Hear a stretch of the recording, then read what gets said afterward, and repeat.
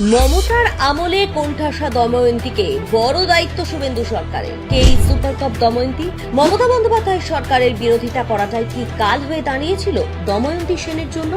মুখ্যমন্ত্রী হয়েই শুভেন্দু খেলা ঘুরিয়ে দিলেন। এবার তদন্ত হবে সন্দেশখালী থেকে কসবা। দুধে আইপিএস দময়ন্তী সেন ফের লাইমলাইটে। রাজ্যের নারী নির্যাতনের তদন্তে মুখ্যমন্ত্রী তৈরি করা নতুন কমিটিতে বসানো হলো এই অফিসারকে। এটা বললেও ভুল হবে না, পার্ক স্ট্রিট কাণ্ডের সুপার কাপ দময়ন্তী প্রত্যাবর্তন হলো মুখ্যমন্ত্রী শুভেন্দুর হাত ধরে। মমতা আমলে কোণঠাসা হওয়া অফিসারকে সত্যি বড় দায়িত্ব দিলেও শুভেন্দু সরকার। রাজ্যে পালাবদলের পরেই প্রশাসনে বড় বার্তা। নারী নিরাপত্তাকে সামনে রেখে নতুন উদ্যোগ নিল বঙ্গ বিজেপি। মুখ্যমন্ত্রী শুভেন্দু অধিকারী ঘোষণা করেছেন, রাজ্যে মহিলা নির্যাতনের পুরনো অভিযোগ, পেন্ডিং এফআইআর, জিডি এবং বিভিন্ন কমিশনের অমীমাংসিত সুপারিশ খতিয়ে দেখতে গঠন করা হয়েছে বিশেষ তদন্ত কমিশন। এই কমিটির চেয়ারম্যান করা হয়েছে কলকাতা হাইকোর্টের অবসরপ্রাপ্ত বিচারপতি সমাপ্তি চট্টোপাধ্যায়কে। আর সদস্য সচিব হিসেবে দায়িত্ব পেয়েছেন আইপিএস অফিসার দময়ন্তী সেন। অতএব দময়ন্তী সেন ব্যাক করলেন, আর সাথে সাথে খুলতে চলেছে এমন সব কেসের ফাইল যেগুলো অত্যন্ত ইম্পর্টেন্ট। ফলে দময়ন্তীর এই প্রত্যাবর্তন ঘিরেই এখন রাজনৈতিক মহলে জোর চর্চা। কারণ একসময় কলকাতা পুলিশের ক্রাইম ব্রাঞ্চের শীর্ষ পদে থাকা এই অফিসারই তদন্ত করেছিলেন বহু চর্চিত পার্ক স্ট্রিট কাণ্ড।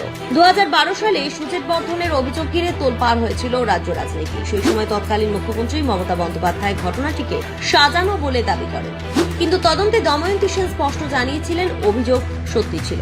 এরপর থেকে এই দময়ন্তী সেনকে কার্যত সাইডলাইনে পাঠানো হয় বলে দীর্ঘদিন অভিযোগ উঠেছে। গুরুত্বপূর্ণ তদন্ত থেকে তাকে সরিয়ে তুলনামূলক কম গুরুত্বের পদে বদলি করা হয়।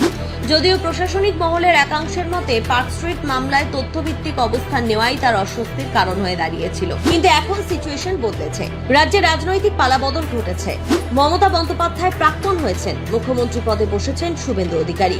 আর সোমবার নবান্নে সাংবাদিক বৈঠকে সেই শুভেন্দুই জানালেন, সন্দেশখালী, কসবা, বকটুই সহ রাজ্যে মহিলাদের উপর অত্যাচারের একাধিক অভিযোগ নতুন করে খতিয়ে দেখা হবে।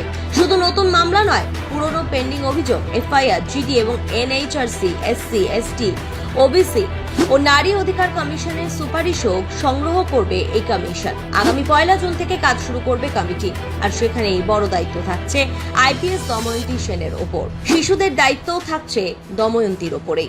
যাদবপুর বিশ্ববিদ্যালয় থেকে অর্থনীতিতে first class first Damayanti Sen 1996 ব্যাচের আইপিএস অফিসার। কলকাতা পুলিশের প্রথম মহিলা জয়েন্ট সিপি ক্রাইম হিসেবে ইতিহাস করেছেন তিনি। এবার সেই দুধে অফিসারের হাতেই রাজ্যের নারী নির্যাতন সংক্রান্ত বহু পুরনো ফাইল খোলার দায়িত্ব। ফলে প্রশ্ন একটাই, পুরনো নথি খুললে সামনে আসবে আর কোন অজানা তথ্য?